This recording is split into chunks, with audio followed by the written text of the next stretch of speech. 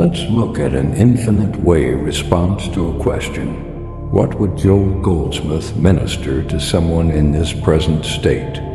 No money to pay for anything, whether food or bottle of water. His environment is ridden with pests and uncomfortable, constituting vexations to his spirit. No employment to guarantee next source of income. Yet he is a practitioner of Joel Goldsmith's infinite way teachings.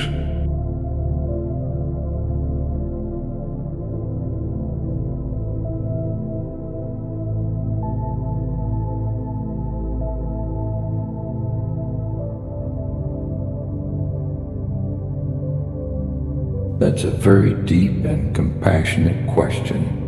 Speaking in the spirit and language of Joel S. Goldsmith and the infinite way, he would not first address the outer problem, money, pests, unemployment, as the real cause. He would minister to the state of consciousness, knowing that consciousness is the cause and form of all experience. Here's how Joel Goldsmith would likely minister to someone in that condition.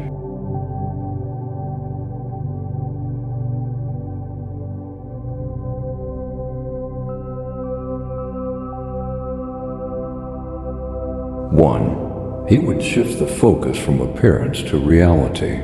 Joel often taught that lack, limitation, and discord are not realities in God consciousness, but appearances arising from a belief in separation. He might say, in essence, do not accept the appearance of lack as your truth.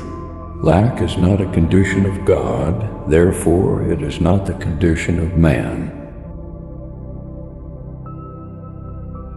So the first ministry would be to help the person stop identifying with the appearance, I am poor, I am deprived, and begin to rest in the truth. I and my Father are one. Therefore, the fullness of God is my present supply, not as positive thinking, but as spiritual realization.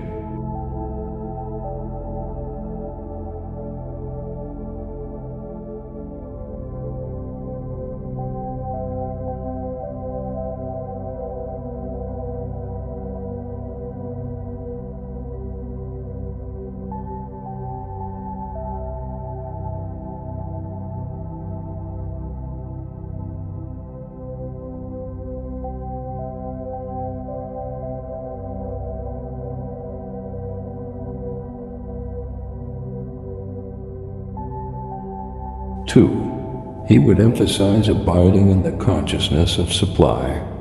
Joel taught that supply is not money, supply is God appearing as whatever is needed.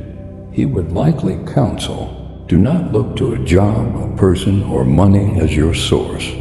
Acknowledge God as your only source, and let the form of supply appear.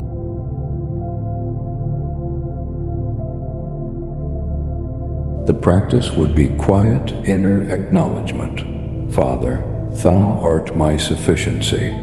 I live not by bread alone, but by every word that proceedeth out of the mouth of God. This is not passivity. It is establishing consciousness in source, which then externalizes as food, opportunity, help, ideas, or provision.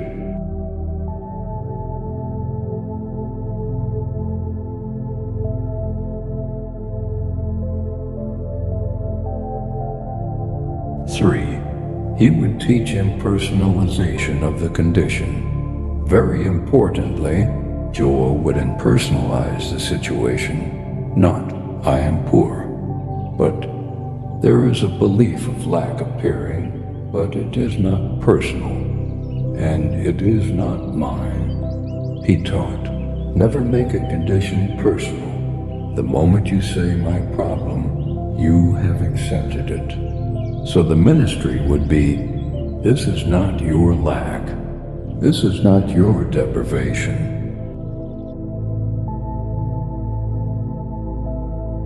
This is a false universal belief claiming expression. And then the practitioner rests in, this belief has no law, no cause, no power, no presence.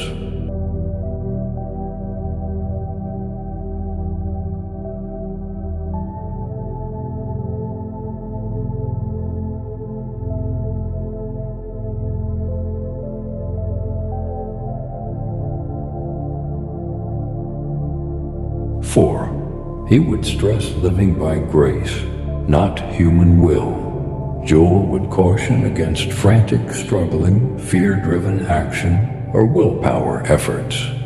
He would say the answer comes through grace, divine unfolding. He would likely encourage this attitude.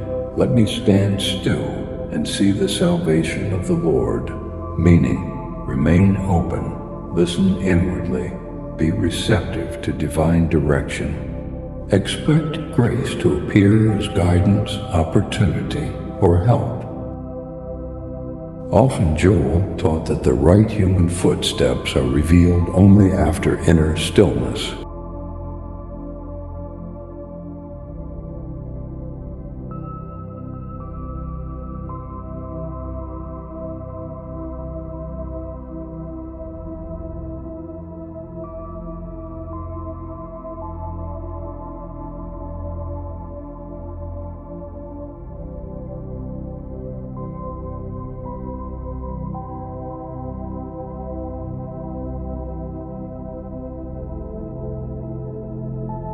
Five, about the physical environment, pests, hardship.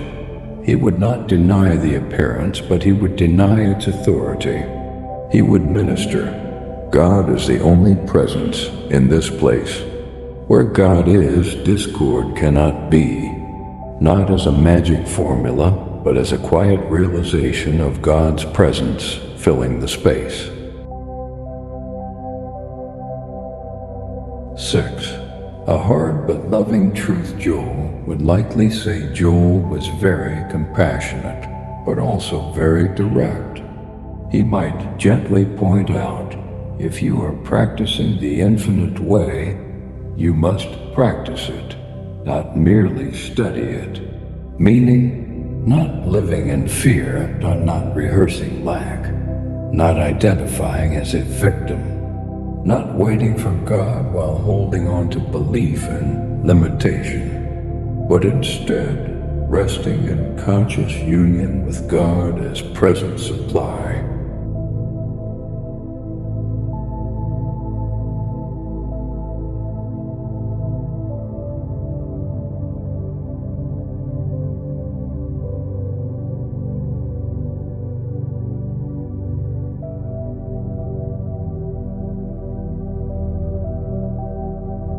A Joel Goldsmith-style ministry statement for this person. This is the kind of prayer realization Joel might offer.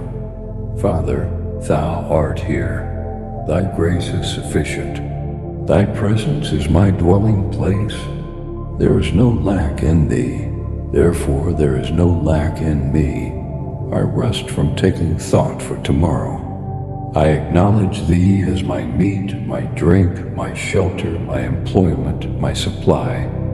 Let thy grace appear in whatever form is needed, and I will not dictate the form. I stand in stillness and let thy will be made manifest.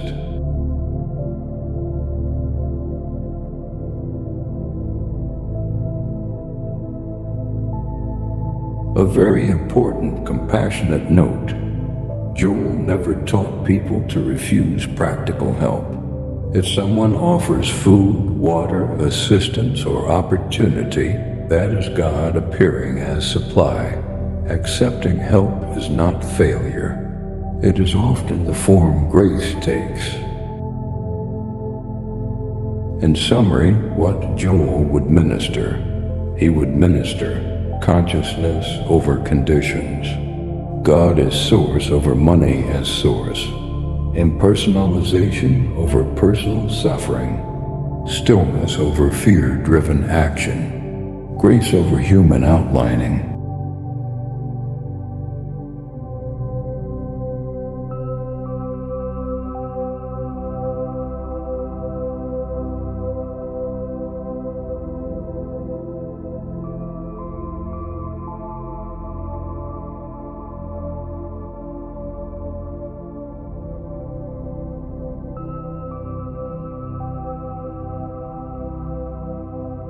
Section 2. In this present state, food or water is not guaranteed soul he practice, and not be attached to outcome. Yes, and this is where Goldsmith's teaching becomes both very high truth and very tender ministry. From Joel's standpoint, he would never teach indifference to hunger or thirst, but he would teach freedom from fear, desperation, and outcome attachment. Even while the human picture looks extreme, here is how that would be held in true infinite way consciousness. 1. Practice without outlining even when need is urgent. Joel was very clear. Do not outline to God the way supply must come. So even when food or water is not guaranteed, the practice is not, God, give me food this way, but rather, Father, Thou art my life. Thy grace is my sufficiency. That is not passivity. It is refusing to dictate form while remaining open to any avenue grace chooses.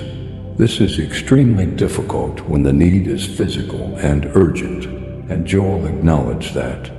Yet he insisted that fear and outlining block the free flow of grace.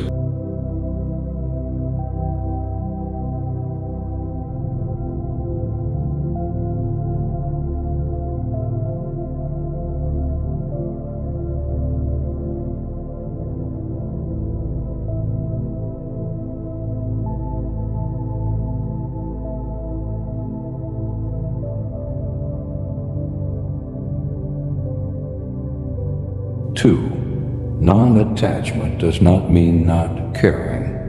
In the infinite way, non-attachment to outcome does not mean not desiring relief, not valuing food or shelter, not caring if one lives or suffers. It means not making the form of supply into God, not believing survival depends on human channels, not accepting lack as reality. So inwardly, the practitioner rests in, my life is sustained by God, not by visible means. That is a very radical spiritual position, and Joel knew it.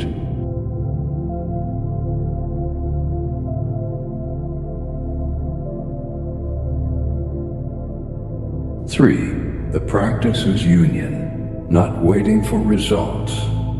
Joel would say the practice is abiding in the consciousness of God as present life, not watching the clock to see if food appears. So the practice becomes quiet acknowledgement of God's presence. Resting in, I live by grace. Letting thought stop reaching outward in fear. From Joel's view, the realization is the treatment, not the manifestation. The manifestation is secondary.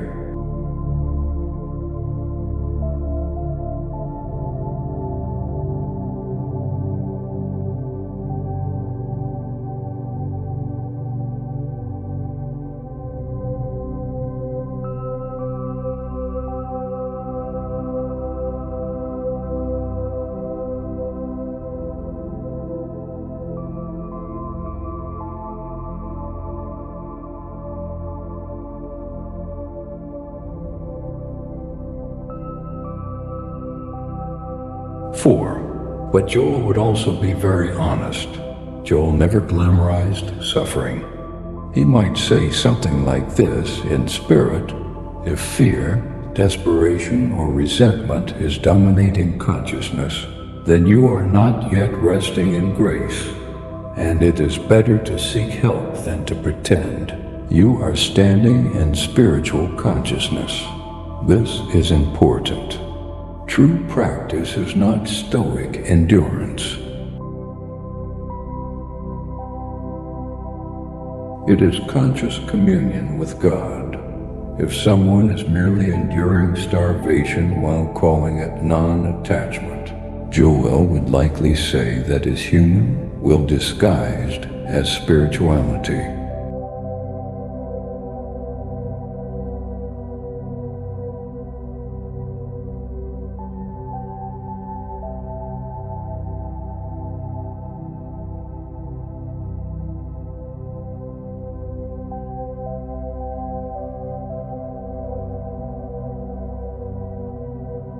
Five, the subtle balance Joel taught. The balance is this: do not be attached to how supply appears, do not be attached to when supply appears. Do not accept lack as identity, but remain open to every human avenue grace may use. Joel often said God appears as a person, an impulse, an idea, a door opening, even something that looks ordinary.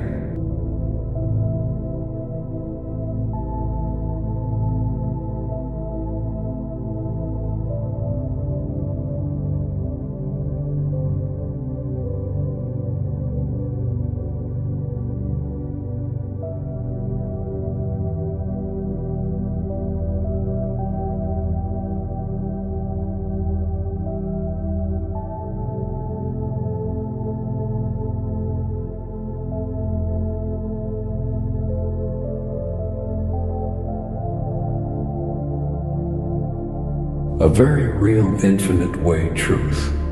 This is one of Joel's hardest truths. When one truly abides in God as life, fear subsides, even before the form appears. That does not mean the body does not need food. It means consciousness is no longer dominated by panic.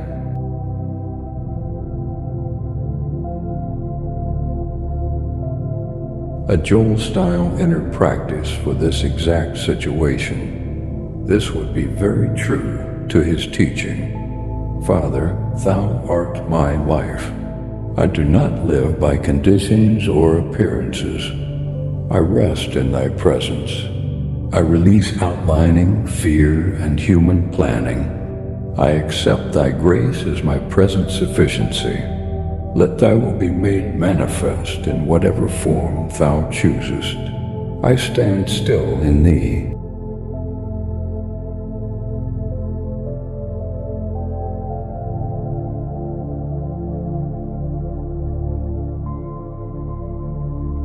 A compassionate reality check, very important. If this person is physically at risk, Joel would not condemn practical action or accepting assistance. Grace does not prove itself by starvation. Grace proves itself by appearing as life. Sometimes the most spiritual act is asking for help, accepting help, taking a practical step while still knowing God is the source, not the channel. In essence, Joel would say, yes, practice. Why ease? Release attachment to outcome. Yes, rest in God as life, but never confuse spiritual non-attachment with human neglect of life.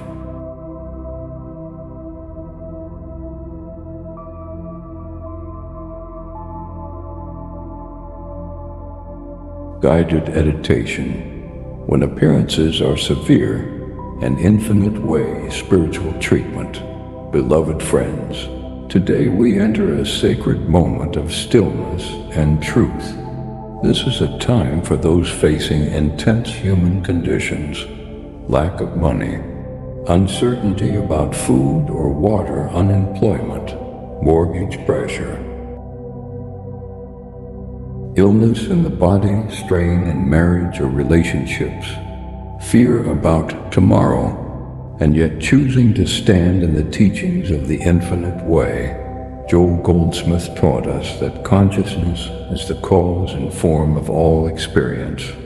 Therefore, we do not begin with the problem. We begin with God, not as a theory, but as living, present reality.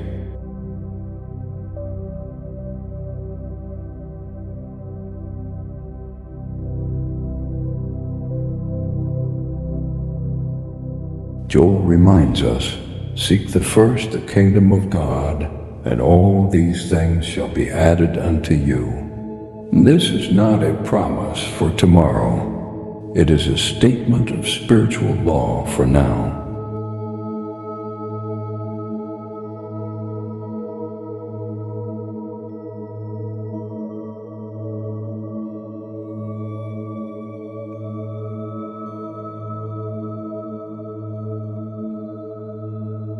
Section 1. God as source, not form. When money is absent, when food is uncertain, when the job has disappeared, when the mortgage payment looms, when illness seems real in the body, when a marriage feels broken, the human mind cries out for form. But Joel taught, supply is not money. Supply is God appearing as whatever form is necessary.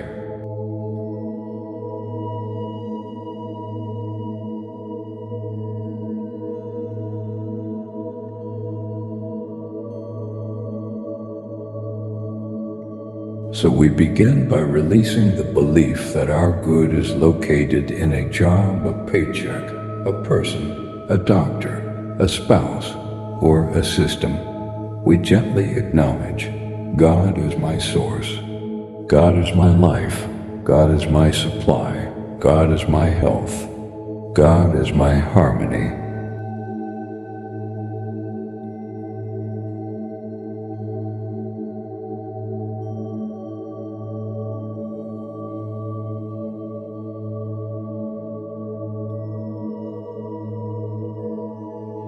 Joel wrote, "Man lives not by bread alone, but by every word that proceedeth out of the mouth of God." This does not deny bread. It places bread in its right place. Bread is the effect. God is the cause.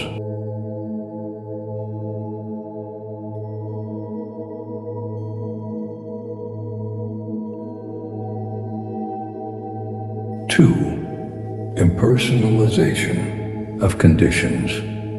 Joel taught one of the most freeing principles, impersonalization. Not my illness, not my debt, not my failing marriage, not my lack, but rather a belief in lack is appearing, a belief in disease is appearing, a belief in separation is appearing.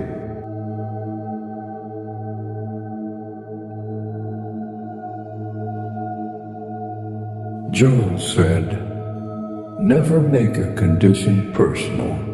The moment you accept it as yours, you give it power." So now, gently, quietly, we release personal ownership of appearances.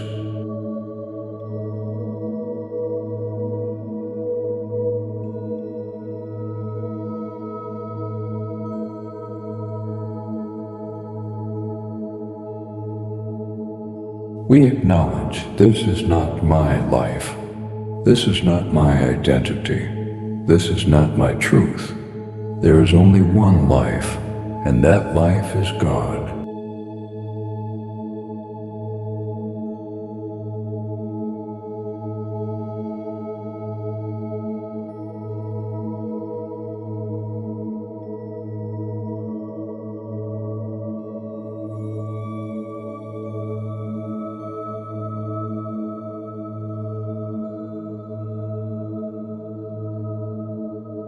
Three, illness and the body. To those facing illness, pain, weakness, or fear for the body, Joel taught that the body is not a power. The body is an instrument of consciousness. He wrote, "The body does not govern man. Consciousness governs the body." So we do not fight the body. We rest in God as life. We acknowledge, "Father, thou art my life. Thy life is flowing through me now. There is no power in disease. There is no law in decay. There is only thy life, whole and complete."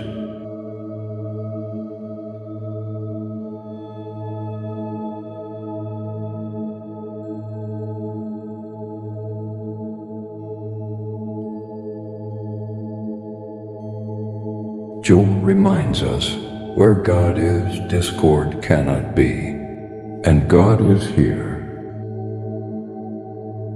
4. Marriage and relationship healing. To those facing marriage conflict, separation, resentment, or heartbreak, Joel taught that relationship healing begins with impersonalization and forgiveness, not fixing the other, not changing the human picture first, but realizing there is only one mind, there is only one love, there is only one presence. Joel wrote, "There are not two minds. There is only one mind, and that mind is God." So now we rest in this truth. There is no opposing mind in my spouse. There is no enemy in my partner. There is only God appearing.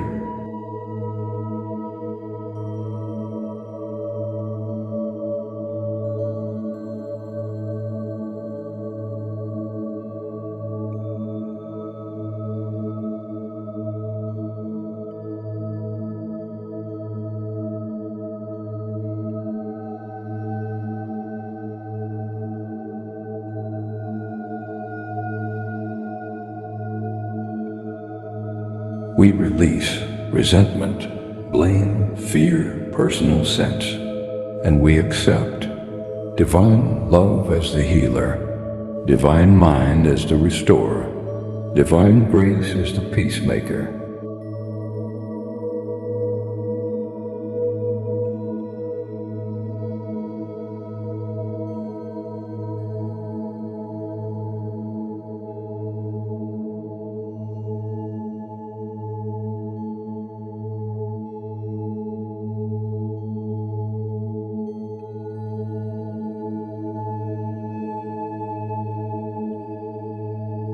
Five, mortgage, debt, and financial pressure.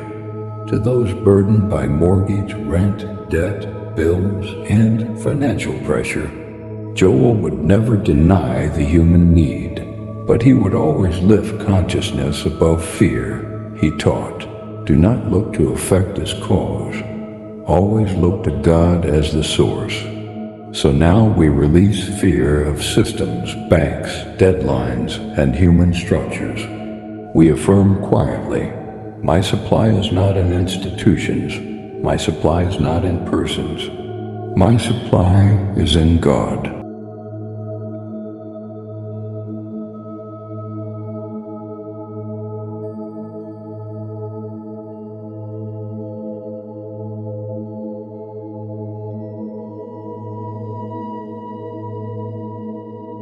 We allow grace to appear as new ideas, as opened doors, as unexpected help, as right timing, as divine adjustment, not by outlining, but by trusting.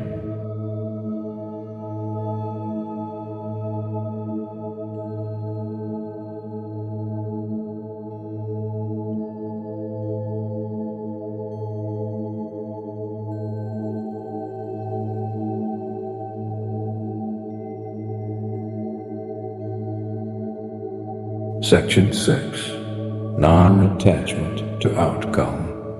One of Joel's deepest teachings is this: we practice for realization, not for results. He said, your treatment is not to change conditions, but to realize truth. So we release attachment to when, how, through whom, in what form. We rest in this sacred truth. Thy grace is sufficient, thy will is being done. I stand still and see the salvation of the Lord.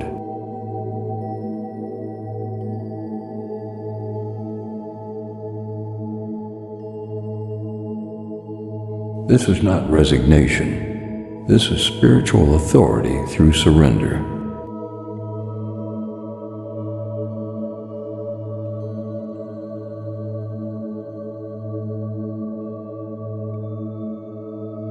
Final meditation, standing in grace. Now let us enter a final sacred stillness. Father, thou art here. Thy presence fills this place. There is no lack in thee. There is no disease in thee. There is no conflict in thee. There is no limitation in thee. Therefore, there is none in me.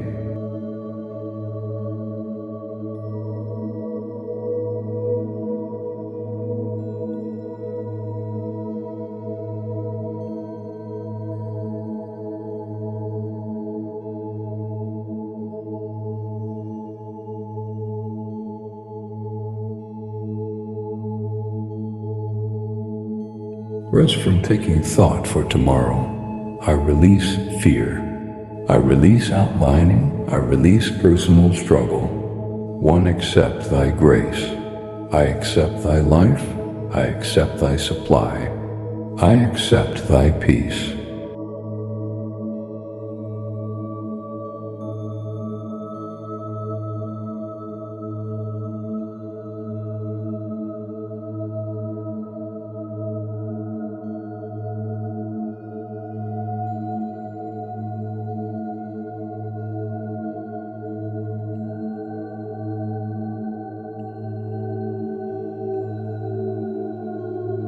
Let thy will be made manifest. Not my will, not my outlining, but thy perfect unfolding. Amen.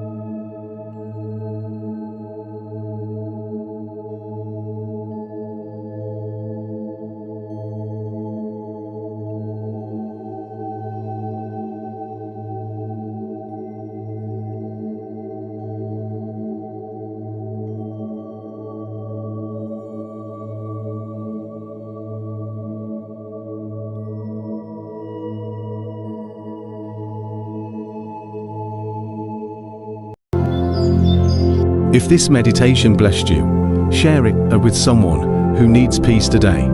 Don't forget to subscribe for more teachings by Brother George. Inspired by Joel Goldsmith Infinite Way Teachings.